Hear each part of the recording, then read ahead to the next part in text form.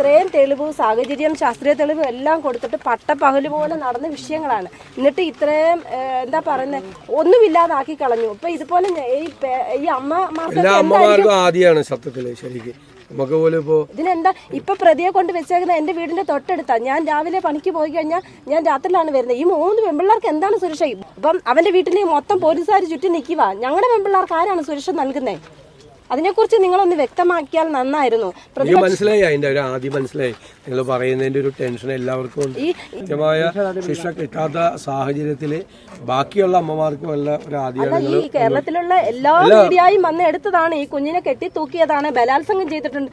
ഇപ്പൊ ഇതൊന്നുമില്ലാതായിരിക്കുന്നു. അപ്പം നാളെ തെളിവില്ലാതെ ഞങ്ങൾ താമസിക്കുന്ന ഇതുപോലെ തേയിലക്കാടാ. നാളെ എന്തേലും ചെയ്തു കഴിഞ്ഞിട്ട് തെളിവ് എങ്ങനെ ഞങ്ങൾ ശേഖരിക്കും?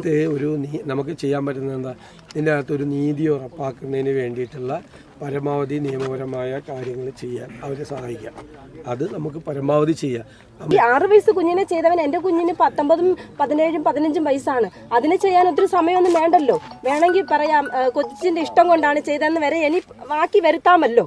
ഇപ്പൊ ഇതിന് എന്താണ്? നമുക്കത് എന്തായാലും നമുക്ക് അതിനകത്തൊരു നീതി ലഭ്യമാകുന്നത് വരെയുള്ള ഒരു ഇതുണ്ട്. നമ്മളത് എല്ലാ സഹായം ചെയ്തു കൊടുക്കാം കേട്ടോ.